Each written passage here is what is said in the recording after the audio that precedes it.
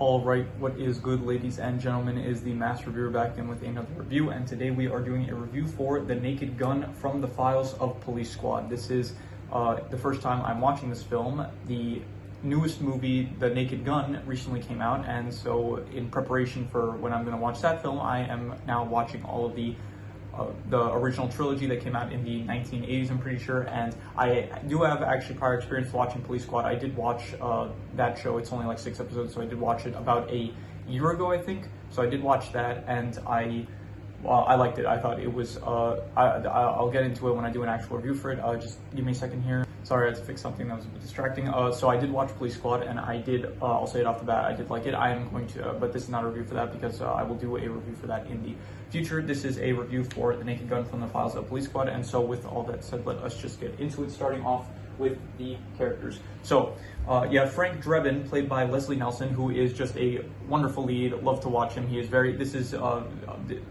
movie very much requires the actors to be able to have a good sense of like comedy and stuff. Like if the actors need to be able to be charismatic and entertaining to watch on screen, and luckily Frank Drebin, Leslie Nelson, he is just a wonderful actor. He was good in Airplane, he was good in Police Squad, he is also good in The Naked Gun. So really like Leslie Nelson as Frank Drebin, great lead character for the film. Other than that, you do have Ed Norberg, played by O.J. Simpson, and I don't think there's much for me to say about this. Once again, like that character itself is fine. Honestly, even the character is like not really in the movie too much. He's just kind of in the start.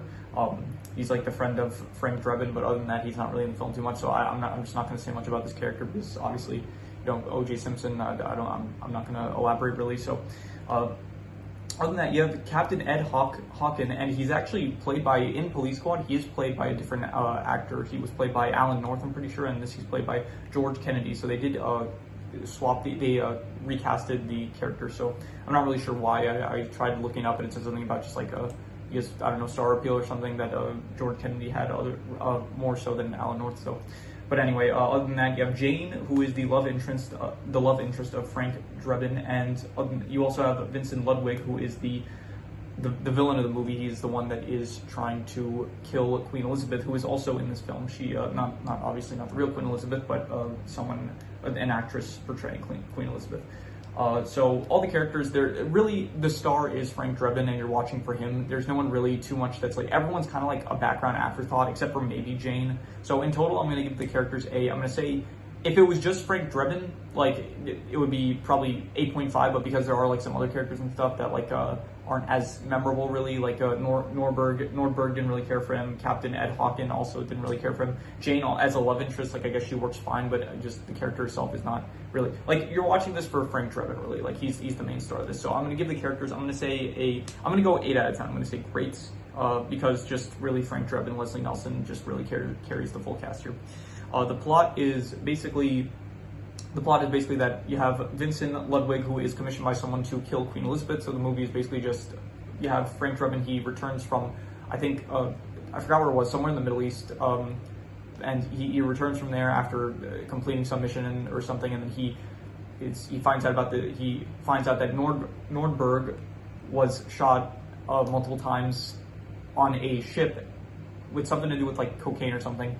So it had to do with, it was on one of Vincent Ludwig's ships, and so he starts investigating him. He finds out eventually that he's going to assassinate Queen Elizabeth, and so the movie's basically, you have Frank Drebin trying to stop Vincent Ludwig from assassinating Queen Elizabeth. It's a pretty generic standard plot. It's like a lot of these films. I think it was also in, let me think, Beverly Hills Cops, Ride Along, I think probably did this, Starsky and Hutch. It's like the one of like, you have the rich guy who like everyone thinks is a good guy, but then secretly turns out to be like an evil person doing bad things. It's like that standard plot really. So it's I'll give it a 5 out of 10. It's not good or bad. It's really just it's a vehicle to get to the comedy bits. That's what the plot is meant for in these kinds of films, and so that's fine. It's like it is what it is. It's trying to, the purpose is just to deliver the comedic bits to you, and so if it manages to do that, it doesn't really matter so much what the plot is like. So I'm just gonna give it a 5 out of 10.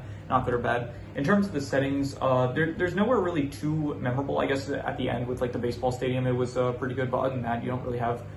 I guess you have like Vincent's house, which was fine, but there isn't really, and I was surprised actually they didn't show too much of the police squad area that was in Police Squad. They showed like a lot of times like the the lab area, which they did actually have in this movie, and they showed like the actual police department area, but they didn't really show it. They had like one scene with it in this film, I'm pretty sure. So the plots, I'm just gonna give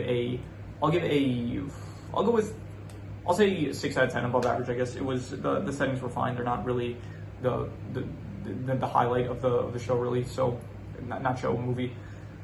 Moving on to the comedy. This is what you come for. This is what you want to see. If the comedy is good, nothing else really matters. And the comedy here, it is very, very good. One of my favorite genres is spoof movies. I'm talking Spaceballs, Airplane, Police Squad, and now The Naked Gun. Like that. This is very entertaining and hilarious. When these kinds of movies, this kind of comedy, it's very entertaining for me to watch. And so I will give it, probably specifically in this film, I would say I'm gonna go with the comedy is, I'm thinking between an 8 to an 8.5, and I'm going to be generous and give it an 8.5. I thought it was amazing. The comedy, it is just wonderful. There's so many good bits. You have the bathroom microphone bit, the car airbag scene where it's like Frankie forgets to put his car on park, and so the car ends up driving on its own, and then it's like he says, like, did you see the license plate? Did you see who was in the car and stuff?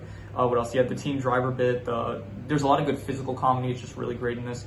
The acrobatic scene where Frank enters his house and he starts doing acrobatics. The piano scene where he's in Vincent Ludwig's house and he accidentally sets stuff on fire, and then he starts breaking stuff, and it's great and it's just wonderful. The baseball scene, all that stuff was very fun. When he says strike and he starts moonwalking and stuff, it's just a lot of great bits. You're gonna have a good laugh if you watch this, I think, and at least I did. So yeah, ultimately the comedy, I'm gonna give it an 8.5. It was amazing. Not the best comedy. I'd still say, like, maybe it's because I've seen it more times than this, but I do still think that, like, okay, I would need probably time to like have it marinate. For me, I would need to, like, you need to ask me in like a week what I think of like this compared to something like Spaceballs or Airplane, and I'd be able to. I think it's probably better than Police Squad, the comedy. It is very similar comedy, but I feel like they had like more of a budget to work with because this is a film, so compared to the show. But I still think, like, at least for now, it might just be because it might be the recency bias making me think that it might be a bit worse than it actually is. So I need to let it sit and marinate, but for now I still think Spaceballs and Airplane might be a bit more entertaining than this in terms of the comedy aspect. So this is still a great comedy, like absolutely amazing, wonderful, and loved it. Loved pretty much every comedic pick that there was. Not all of them, there were some misses in there, but like majority, like I'm talking 90% of it was just wonderful. In terms of the action, the action is kind of part of the comedy here. It's like there's nothing really like too intense when it comes to action. It's like very standard gunfights where it's like you'll have just like Frank just standing still shooting at someone, and so it comes like the point of the action is also partially to be like comedic. So because of that, I'm just gonna say the action was I'll go with there isn't really too much. I guess there's like car chases and stuff. I'll give it a 6.5. I guess it's good. It's like whatever it is, it works for the purpose of like providing comedy, so I'll give it a 6.5.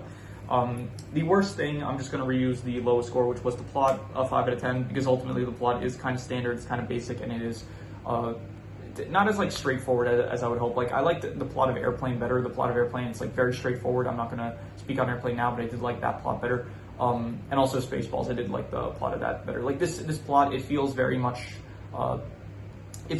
kind of like a bit too generic, kind of like Airplane and Spaceballs. They felt like the plots were a lot more unique, and this plot, it felt very like I've seen it multiple times before. So just yeah, I'm reusing the worst score for the I'm using the worst score again, which was the plot. In terms of the best thing, just once again, I'm going to give it to the comedy. Just absolutely wonderful, Leslie Nelson's performance, and it's just a fun time to watch. It is very humorous, very, very just, you love the comedy bits, you love to see it. It's great. I don't know what more to say other than that. So any extra notes that I have? Not. They did play the Police Squad intro, which I wasn't sure if they would do, and I did like it.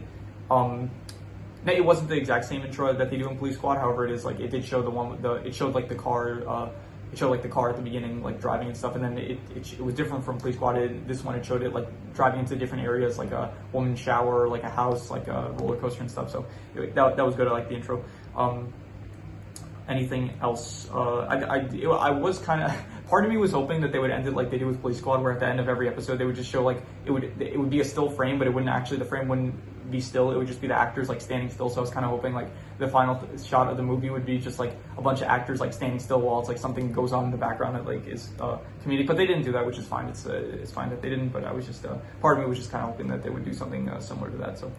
But yeah, so that is all the extra notes. So I am going to do the calculations. So King Crimson.